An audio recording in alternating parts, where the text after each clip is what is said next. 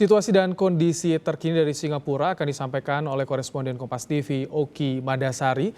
Selamat petang, Oki. Halo, Oki. Baik, saudara, kami akan mencoba untuk memperbarui sambungan audio bersama dengan Oki Madasari. Bisa diatur mikrofonnya agar lebih mendekat, Oki? Halo, selamat petang, Oki. Halo, ya. Baik, sudah mendengar tampaknya. Oki, pembatasan atau kegiatan sosial, pelonggaran kegiatan sosial di Singapura ditetapkan pada akhir pekan nih, hari Jumat kemarin. Bagaimana kondisi secara keseluruhan Singapura saat ini? Ya, jadi kondisi di Singapura harus dipahami bahwa memang kasus secara keseluruhan masih tinggi kalau kita melihat berita. Ada 40.000 kasus, tapi harus dipahami bahwa dari 40.000 lebih kasus itu, bagian besar atau hampir keseluruhan itu adalah kasus yang berada di asrama pekerja migran. Nah, hanya kasus dalam angka di bawah 5 atau bisa dibilang 1 digit lah yang setiap hari ada penambahan kasus di luar asrama pekerja migran. Jadi keputusan untuk melonggarkan tidak hadir begitu saja, tidak karena didasari oleh desakan ekonomi dan sebagainya, tapi melihat realitas bahwa penularan di komunitas atau di luar asrama pekerja migran itu sudah berkisar di angka 1 digit, rata-rata 3-5 per hari. Dan dengan begitu pemerintah Singapura berani untuk melonggarkan. Dan ketika sekarang kita memasuki fase 2 dari pelonggaran, itu juga sudah melalui tahapan di mana ketika fase 1 dibuka tanggal 2 Juni, sudah ada progres, sudah ada kesiapan yang sudah dilakukan, sehingga akhirnya tanggal hari Jumat lalu dimulai fase 2 yang memungkinkan misalnya warga untuk makan bersama di restoran, berkumpul maksimal 5 orang, bahkan menyelenggarakan pernikahan dengan maksimal 20 orang. Demikian. Baik. Penyebarannya sudah bisa dikendalikan oleh otoritas Singapura, tentu ini yang diharapkan oleh masyarakat. Kemudian pada hari Jumat di fase kedua, sejumlah pusat perbelanjaan, tempat makan terutama sudah dibuka kembali. Nah, situasi yang terjadi bagaimana di akhir pekan saat ini? Apakah masih banyak yang berkerumun atau seperti apa kondisinya? Karena kita lihat foto-foto di media sosial tampak masih ramai. Ya, kalau di Singapura memang semuanya kan ada aturan jelas. Jadi semua mengikuti aturan itu. Ketika lockdown berlaku selama lebih dari 2 bulan, setiap orang tidak boleh berkumpul, setiap orang tidak boleh, setiap toko tidak boleh buka, lalu kemudian orang tidak boleh makan di luar. Kalau melanggar langsung didenda $10.000. Nah, sekarang aturan membolehkan itu. Jadi kalau dilihat di foto ada orang bergerombol, asalkan tidak lebih dari 5 orang, itu dibolehkan. Orang belanja ke mall, asalkan mereka memakai masker, itu dibolehkan.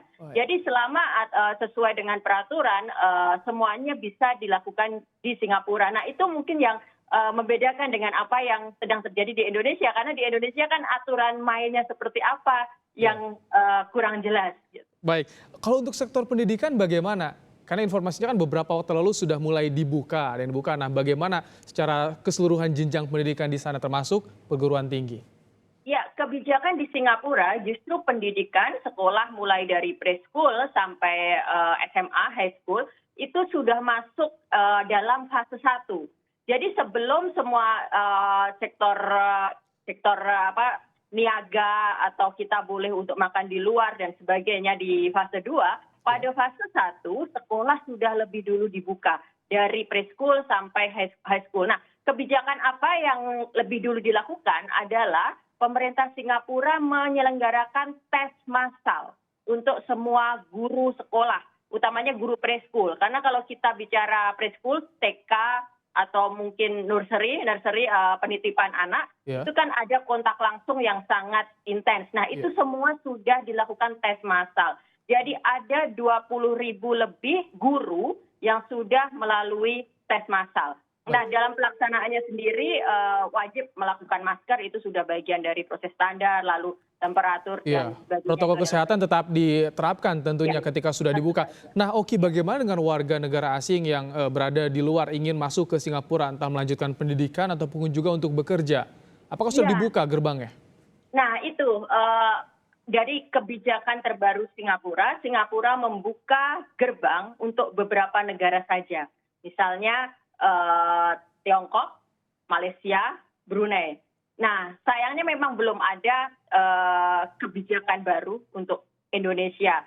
Jadi sejauh ini belum ada izin transit untuk penerbangan dari Indonesia, dan ya kita masih menunggu update berikutnya, tapi sampai hari ini untuk Indonesia masih belum bisa masuk. Baik, artinya WNI dari Indonesia yang kembali melanjutkan aktivitas di Singapura belum bisa artinya untuk memasuki wilayah Singapura ya? Belum. Kita tunggu perkembangan berikutnya mungkin dalam seminggu atau 2 minggu ke Informasinya depan. ini kan fase 2 jelang new normal. Kapan fase 3 akan mulai berlaku atau sampai kapan ini fase 2 ini akan dijalankan di sana, Oki? Ya, belum ada keputusan resmi, tapi ada perkiraan jika semuanya tetap under control, fase 3 akan dibuka akhir Juni. Nah, apa yang terjadi di fase 3 adalah pusat hiburan akan bisa kembali beroperasi. Jadi misalnya karaoke atau bioskop itu baru bisa beroperasi di fase 3, termasuk museum, perpustakaan, dan kemudian taman hiburan itu juga semuanya baru bisa di fase 3. Nah, kalau semua under control akan dibuka akhir Juni. Baik. Tapi tentu belum bisa dipastikan. Tapi bagaimana sebetulnya warga Singapura menghadapi situasi seperti ini ketika fase 2 diterapkan di sana? Karena jika melihat negara-negara lain ada muncul klaster-klaster baru dengan kondisi yang tidak terkontrol, Oki. Ya, sejauh ini klaster yang dinamakan klaster baru tidak muncul sejak pembukaan fase pertama 2 Juni. Tapi yang terjadi memang selalu ada kasus baru di komunitas, dan memang kisarannya 3, 2. Nah, itu semuanya selalu ada koneksi dengan kasus yang ada di asrama buruh migran. Jadi itu mungkin yang membuat pemerintah Singapura cukup percaya diri untuk melakukan ini. Nah, kalau untuk warga sendiri, mereka memang yang penting adalah melakukan semuanya berdasarkan aturan yang berlaku. Lalu ada kebijakan juga dari pemerintah Singapura agar work from home, kebijakan untuk bekerja dari rumah itu tetap diteruskan, sebisa mungkin tetap diteruskan. Jadi untuk sektor-sektor pekerjaan, sektor-sektor bisnis yang memungkinkan dilakukan remote working, bekerja dari jarak jauh, disarankan untuk tetap melanjutkan kebijakan bekerja dari rumah. Baik, Oki. Jadi apa saja yang harus diketahui oleh baik warga Singapura ataupun juga warga negara asing yang berada di Singapura ketika menjalankan aktivitasnya di fase 2 jelang new normal ini? Yang pasti tentu saja masker harus selalu dipakai, lalu kemudian pemeriksaan temperatur secara pribadi, dan yang harus diingat juga adalah social distancing. Jadi soal berjarak 1 meter dari orang itu masih masuk dalam aturan resmi. Jadi walaupun ini fase 2, tapi kita wajib untuk selalu tetap menjaga jarak. Nah, selain itu khusus untuk warga negara Indonesia, karena kita tahu banyak warga negara Indonesia bekerja di Singapura sebagai pekerja domestik, pekerja rumah tangga. Nah, sementara kita tahu kasus terbesar terjadi di asrama buruh migran, jadi pemerintah Singapura mengeluarkan kebijakan agar sebisa mungkin tidak melakukan piknik bersama di sebuah tempat yang memang selama ini sebenarnya menjadi cara buruh migran, pekerja domestik untuk menikmati hari libur. Jadi pemerintah Singapura minta agar jangan piknik bersama seperti itu. Oke, jika melihat apa yang terjadi di Indonesia, yang menjadi perhatian adalah bagaimana transportasi massa dan juga pasar tradisional. Ini yang dikhawatirkan. Apakah ada pengetatan di sana untuk sektor ini? Itu sudah berlangsung tentu saja sejak lockdown ya. Kalau sekarang bagaimana bentuk pengetatan di MRT misalnya, social distancing tetap diupayakan, tetap berjalan. Lalu yang kedua ada ini proses scan kartu identitas.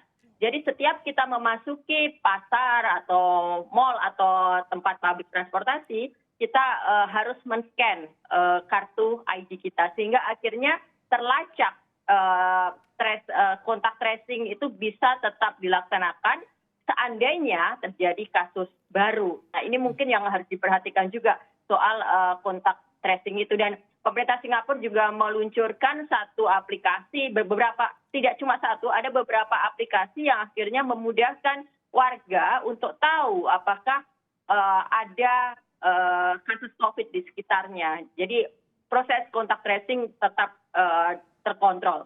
Baik, karena memang pemerintah Singapura juga menyediakan platform di website yang cukup lengkap ya soal data-data yang positif corona sehingga memudahkan juga untuk tracing bagi warga juga itu bisa memudahkan, Oki ya?